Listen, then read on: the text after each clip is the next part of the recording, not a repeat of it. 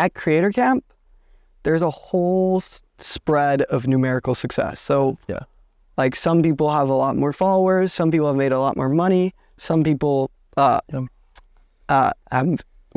broke, some people, like everyone comes from a different background, and I'm not just meaning like different place they're from and upbringing, I mean different numeric success in their journey. But something I find really interesting is that we're all in the same location. We're all at base camp. And base camp is just an example for what I'm saying.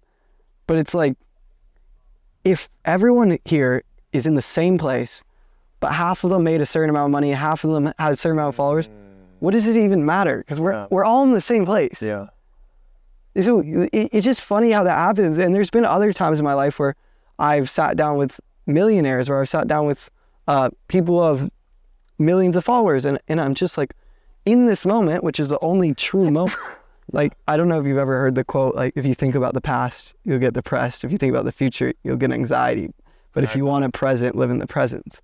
And it comes from the idea that, like, if you're always living in the good old days, or even if something bad happened to you in your past and you're always thinking about it, you can never go back and change the past. So I think that depression is synonymous with hopelessness. Depression isn't sadness. Depression is synonymous with hopelessness. And if your hope is to change something about the past, if your hope is to go back to a time in the past, you literally will never be able to do that. So like, living in the past leads to depression. Anxiety, to me, what anxiety is, it's just the disparity between what you want and what you have. And so if you're thinking about the future, like, oh, I can't wait till I have 1 million subscribers, or I can't wait till I have this money, or this house, or this girl likes me, or this. Well, anything that you obsessively think about in that way, you can't have in the current moment. So it creates that anxiety.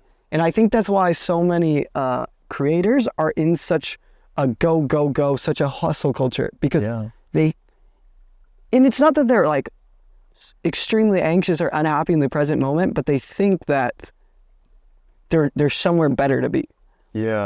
And I always talk about, like, Mr. Beast.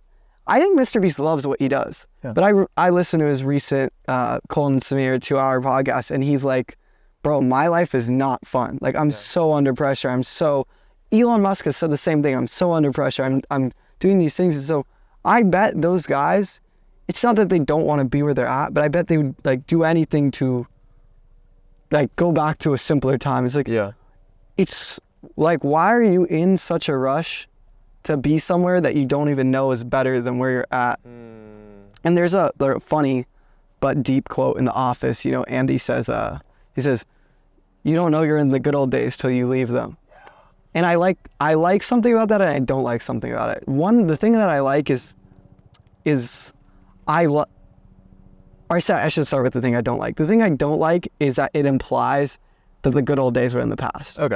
But what I like about it, when I think that's true, is that the good old days are always. So every stage of your life, there's something that you'll miss. That's what I'm realizing. Like, when I was in college, I was so eager to drop out. And I don't think that I made the wrong decision. But I can't tell you how many times what I would do to go back and be in my dorm room. I literally would do anything to go back and be in my dorm room and mess around with all these kids. And in high school, I remember playing lacrosse practice. They'd be making us run like burpees and like conditioning us to, like, you're like suffering. And I remember the coaches would say, one day you're gonna wish you could do anything to be back here at lacrosse. And I do. I wish I could be there. And it's so funny. And we're gonna leave base camp, and one day we're gonna be like, I wish I could be back there. So why is everyone in such a freaking rush to get somewhere that they don't even, like, every period of life has its beautiful moments. And there's not really a question here, but I'm just curious your thoughts on that. No, many things you said resonated with me. I think from the very start, when you were talking about how we're always, just people in general, it feels like society nowadays, especially in the US, people are always in a rush to get to that next big achievement. You know, as you said, like a subscriber milestone, like a goal they have, a girl. It's really interesting. I read a book recently called Grit. It's by Angela Duckworth. It describes how the one main recurring characteristic across like a pool of like 500 really, really successful people is something called grit, which is long-term perseverance, and essentially you can boil it down to long-term perseverance for one topic, passion and perseverance for one topic. Yeah. And what is also discussed in that book is the fact that the smaller concept, but when people say they want to like get happiness, they're like, oh, like I'll be happy when I achieve this goal. Yeah. If I, get X, Y, Z. Yeah. But what she found, what Angela Duckworth, who did years of research on this, what she found was that the happiness doesn't come from achieving the goal. The happiness, what it does come from is being on the way to achieve the goal. So you're in the process of achieving the goal. Yeah. Things are going well. It seems like you're going to achieve the goal.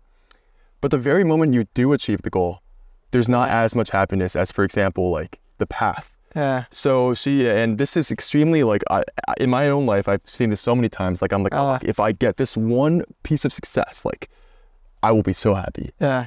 And then it happens and I'm just like, oh, like it wasn't really what I thought it'd be. And then I just find myself chasing after the next big shiny object, which I know you were talking about, which honestly to me is like, it just didn't make sense at first. And then I realized it really is the sort of happiness that you sort of have a misconstrued idea of what happiness should be. Yeah. Which is like success. But again, this goes back to the whole idea of like, maybe what true stable happiness comes from is just being at peace with yourself, being able to like meaningfully connect with others, connect with experiences, have passions.